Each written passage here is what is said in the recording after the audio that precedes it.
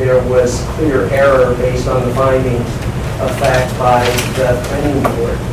I think that the key point to remember, and you all should discuss this, is that it was a conditional approval subject to a zone change that was included in the original application. If you review the minutes from the various meetings, dating back to February, Zoom meeting, March, and then April. And in March, I think there was an initial direction to, or preliminary vote to deny the application on a vote of 5-0, but then there were certain conditions, and the developer met most of those conditions, and there was another public hearing that was reopened on April 14.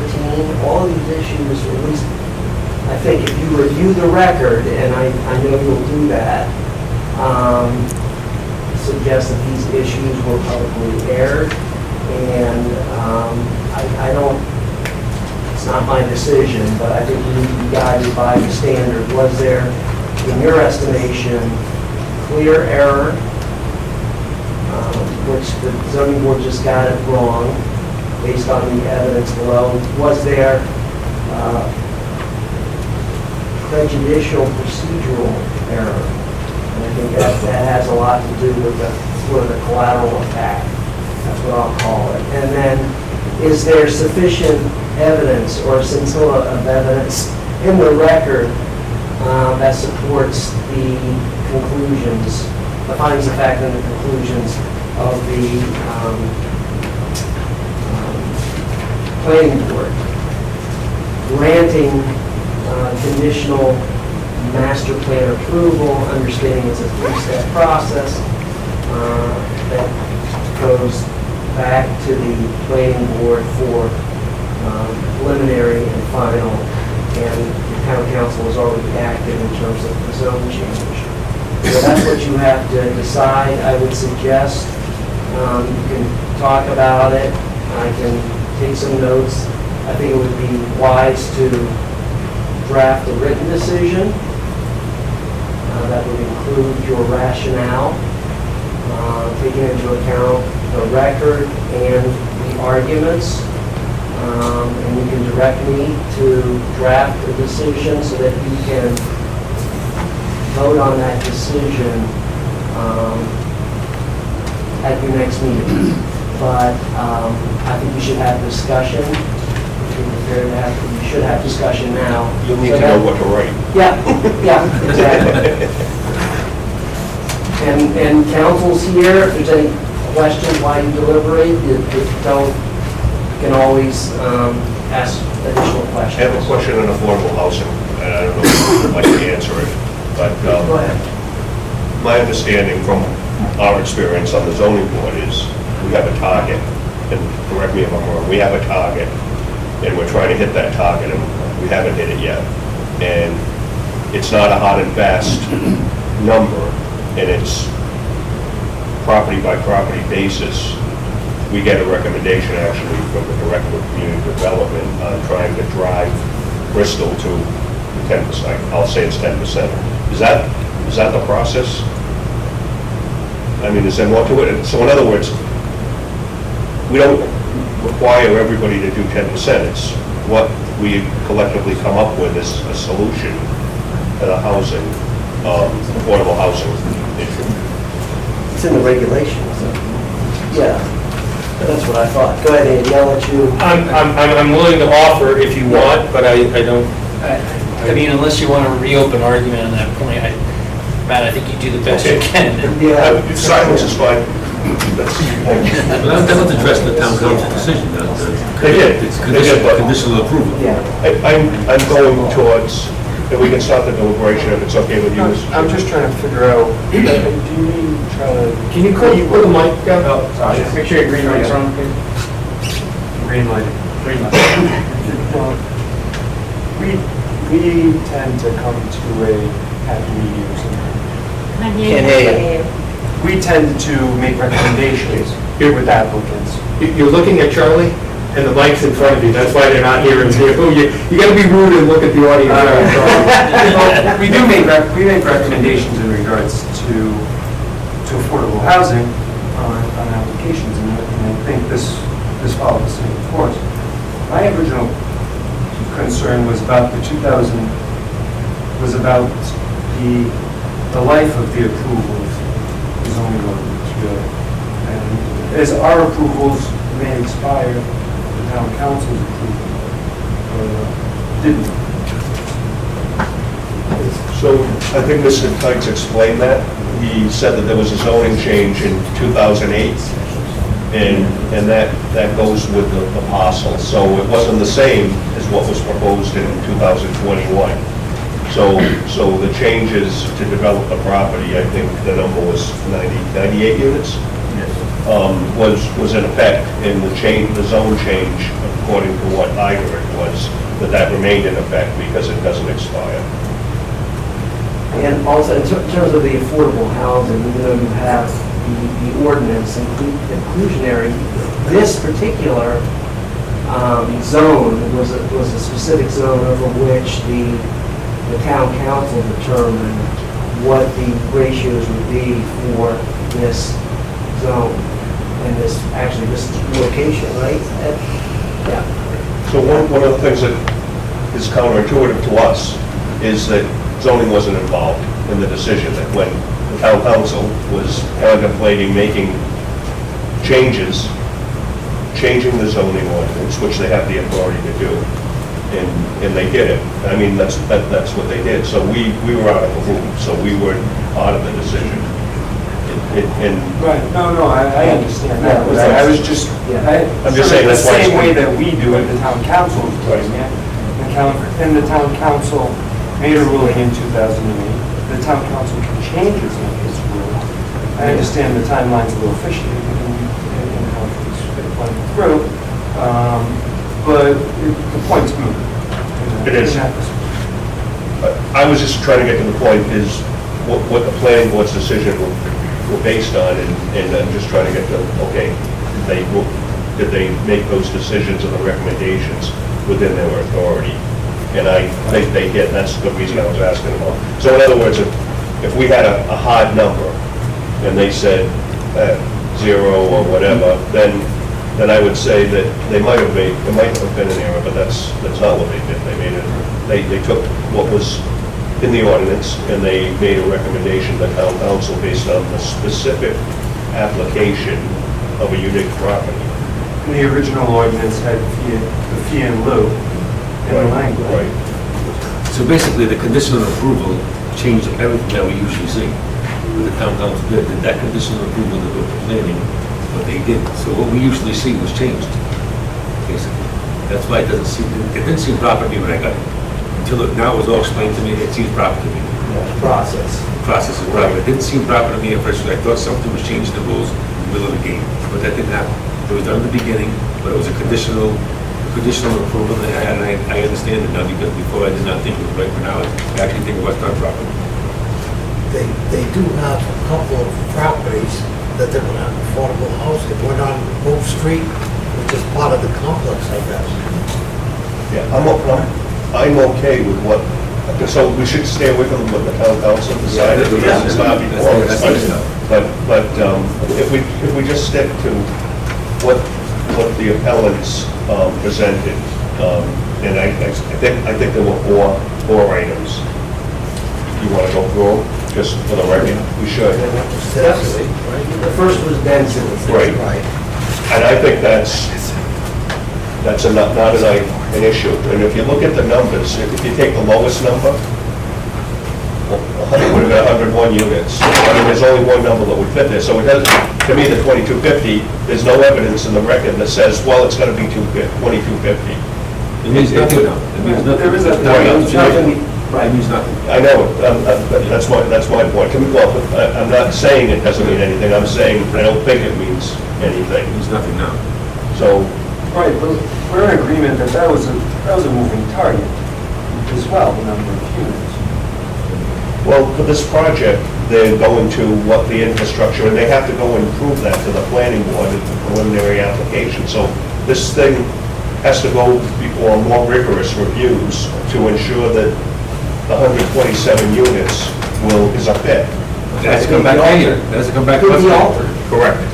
And We're gonna see. perhaps, Definitely. perhaps. It's coming here. So, okay, so I don't think the density applies. Because it was based on a presentation of what the In infrastructure. 2008, Yes. right, right. And it was somebody's guess at that point. And it was stated and discussed multiple times in these minutes. And the next item was the public hearing. And I'm disappointed that Mr. McGilvery didn't point out to us the changes that he was alluding to, because we did get some things directly from him this week, which wasn't in my schedule, but it looks like there's evidence in the record that there was adequate and substantial public hearing, and I'm not convinced that because they didn't see the decision before it got issued, they didn't specifically see the decision. That's not what happens. We don't say, okay, here's the decision, and we can have another public comment on what was decided when there was public comment. So I think there's sufficient evidence to show that the public comment was in place as it should be when there was a significant change or material change to the proposal. And it shows in the record. Yes, it does. Mr. Olivero pointed out to us, there's a number of pages of public comment. And just a comment I want to make to the chair. I think you made a comment that this may be coming back to you for other forms of relief. I think that's all been taken care of by the town council in the map change. So basically, the town Yeah. council did the zoning, they did our zoning for us, basically, that was pretty much what I'm saying. For this lot, For this project. yeah, for this Project. So they don't have to come in front of the zoning board? Well, They don't have to come in front of the zoning board anymore, this will be the end of it right here? I have a problem with that. Say right now, I have a problem with that. It's like Unity Park. Yeah, right, of course they go back to the planning board, but there's going to be no zoning relief necessary. So I just want to clarify that. And although I may feel the same way, they do have the authority and the evidence to do it, so they're going according to the ordinance. I mean, we're not supposed to be commenting on what the town council, but they did have open meetings. Did have all this discussion. So the affordable housing, there was a recommendation made, conditional recommendation, and that got changed, and that was a public meeting, also televised, and they changed it to, I think, 10% on-site, and then there's some other real estate units that'll be included, and balance is included. So they came up with a hybrid solution to that. So I don't think that the recommendation was invalid. I mean, it was a recommendation to do it in lieu, and it was not accepted. And they had the ability to do that. They presented the town council. Yeah, and the change occurred after their initial recognition. Well, I'll go back to what I think happened.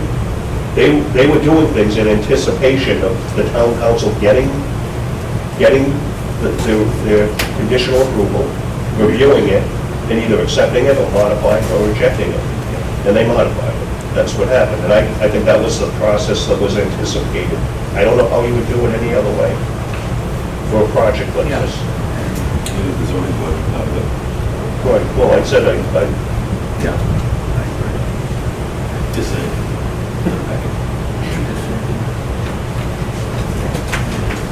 That's all right, that's good.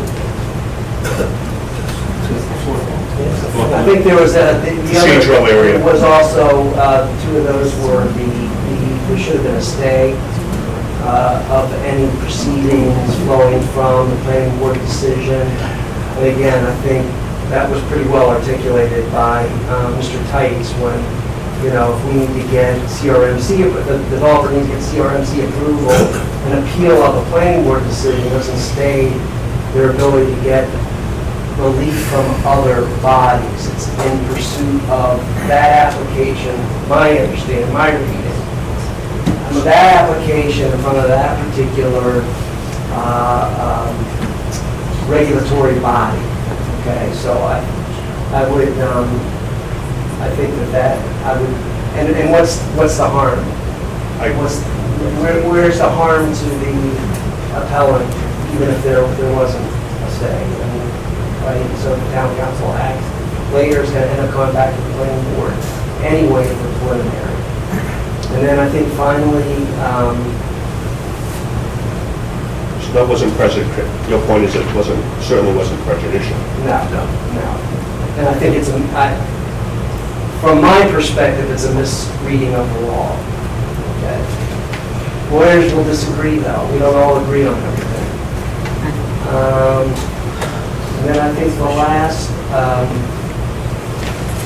was one other point regarding the submission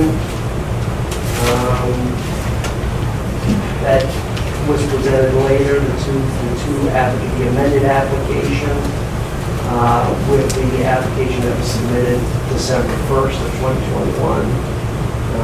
I really think that that's resolved by the zone change, and that's when the amended application conformed with the decision relating 14. I didn't see anything that was substantively different.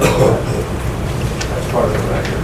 So, But as part of the rationale, I mean, to me, the rationale is, okay, you go through the process, and then as part of that, the applicant, not the appellant, had to make those changes to reflect the decisions that were agreed to. So how else would you go back to the, it's part of the process to modify, to make the recommendation and the town council decision and the zoning change all match. that's right. Good point. And that was all discussed in the meeting.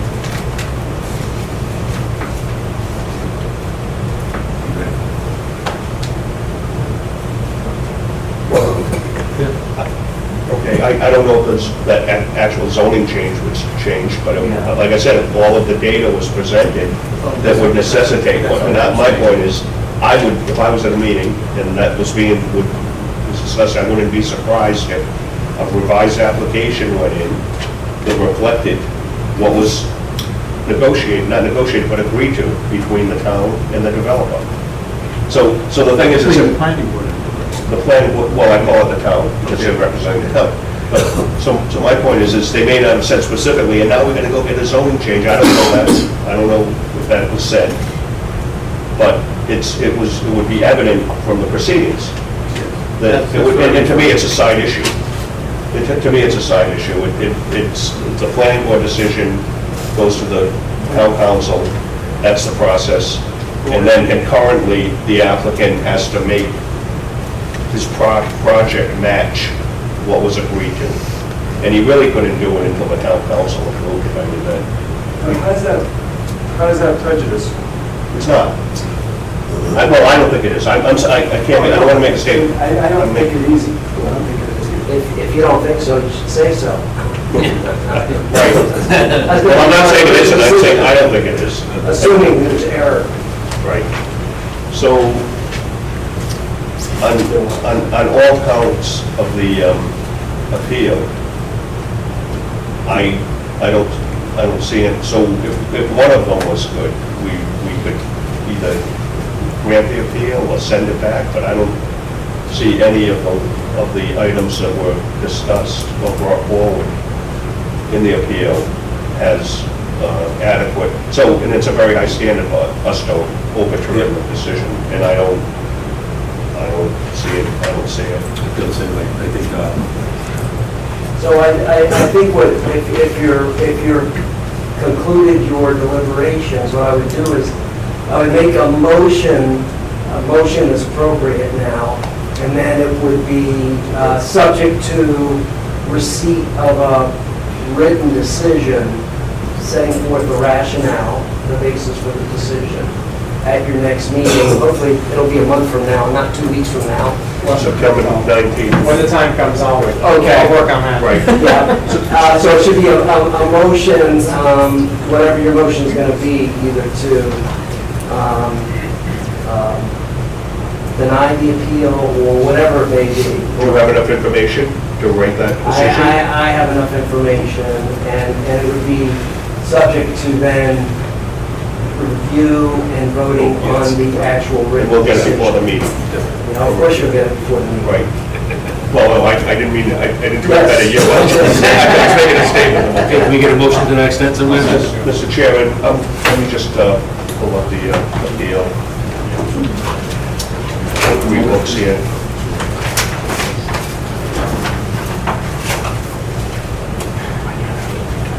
I can use the agenda. Mr. Chairman, I'd like to make a motion to deny the appeal of file number 2022-23, Friends of Historic Bristol, Inc., William Curtis, James S. and James L. Lavender, Lennon Place LLC, and Mike Jensen. And based on the things that were presented to us in the appeal and our deliberation, I'd like to make a motion that we direct our council to generate a draft decision for our review, which will then be finalized and voted in our next available meeting.